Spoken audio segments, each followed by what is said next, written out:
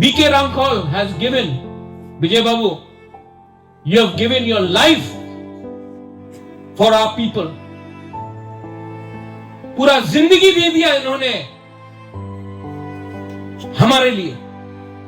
हम लोग अपना बच्चा के लिए आज सैक्रिफाइस नहीं कर सकता है, बलिदान नहीं कर सकता. कर सकता है कि नहीं?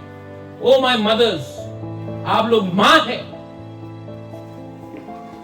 मां अगर अपने बच्चे के बारे नहीं परवाह करेगा, सिर्फ रिग्नाय रीसा पैसे के बारे परवाह करेगा, अपना बच्चा का अधिकार के बारे परवाह नहीं करेगा, तो कौन आपको हेल्प करेगा?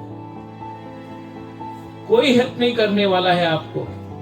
आप अकेला है और आपका बच्चा का फाइट मां और बाप को करना पड़ेगा. आज यहां में मैं आपको बोलना चाहता हूं, they want to change you.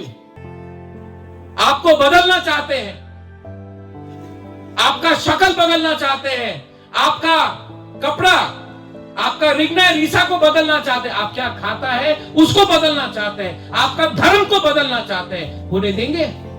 No. We are who we are, and we shall not change for politics, because we are Tiprasa people, we are indigenous people.